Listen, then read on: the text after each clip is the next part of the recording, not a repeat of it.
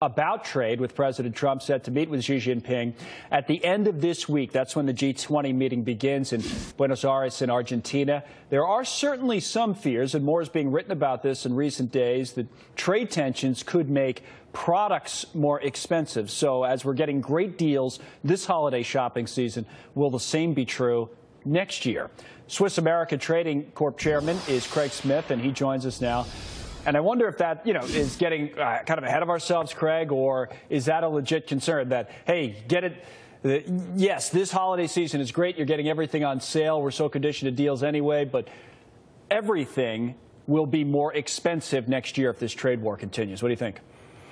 Well, if it continues, you're absolutely correct, Connell. I mean, things will get costly, and you will have price inflation, and that will be passed on to the consumer, and it's not going to be very beneficial.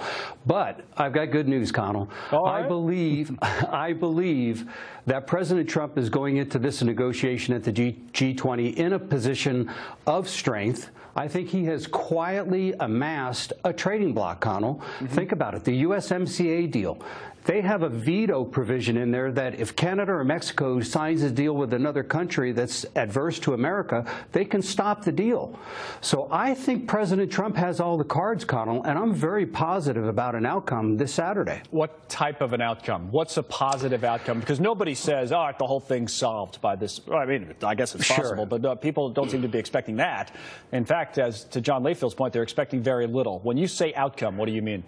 Yeah, and I agree with John, by the way. When you have two sides that are in transit like that, in transit on their position, I think that you don't have a lot for negotiation. However, I think China is much like North Korea. They've been living in the 19th century. It's about time they get in the 21st century.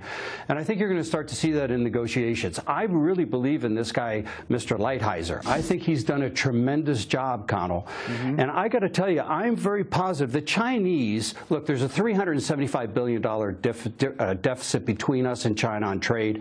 I think it can be worked upon. I think President Trump has played this right. And look, people can argue and criticize President Trump and how he does things and how he talks and this and that. But the net result is very good here, Connell, and I think it's going to be positive for the markets. Well, we don't have a result yet, right? We don't have any result yet. So, well, that's true, but I think that you're seeing signals, Connell, that show that all the pieces are in place for a deal. That USMCA deal, if you look deep in it, and I hope the Congress approves it, Connell, let me tell you something. That gives President Trump a huge leverage when trading with the Chinese. I think it's a very positive move. In what time frame? Because that's one of the big debates, and one of the things that hangs over the market and the economy, I think, more broadly as well, is that, okay, maybe over time some sort of a deal is made, but in the interim, there's a lot of pain to get through. There's costs going up for American companies. Those costs are passed on to American consumers. The economy slows down as a result. The stock market sells off as a result. Today it's trading higher, maybe on optimism, to your point, that we get some sort of a deal done. But what's your time frame where you say, all right, we can put this behind us, this situation with China? Yeah, Connell, you probably hit on the one area that if we could answer that question, boy, it would change the whole dynamic going forward. Right, but is it years and years, or is it months and months? Or? No, I think it's months and months, Connell. And let me tell you why.